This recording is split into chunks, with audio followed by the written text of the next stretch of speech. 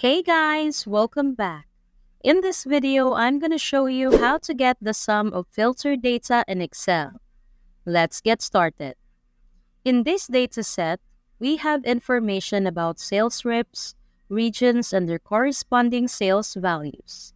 Initially, getting the sum is straightforward.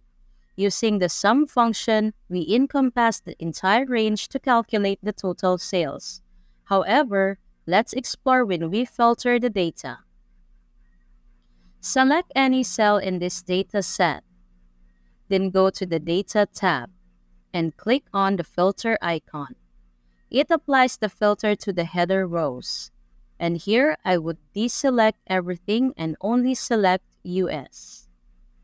So this filters the data and only gives me the data for US. And you can see in this case, this cell still gives me the sum of the entire range. To obtain the sum of only the visible filtered cells, we turn to the subtotal function.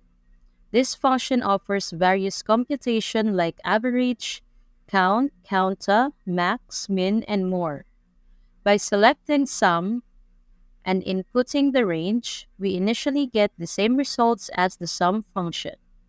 Applying this filter again, the subtotal function adjusts dynamically, showing the sum only for the visible cells pertaining to the US region. Moreover, it's essential to note that subtotal offers two types of sums. Using 9 calculates the sum including both visible and hidden data, while 109 exclusively considers visible data, ignoring hidden rows or cells. That's it. Thanks for watching. And if you found this video useful, don't forget to give it a thumbs up and hit that subscribe button for more content like this.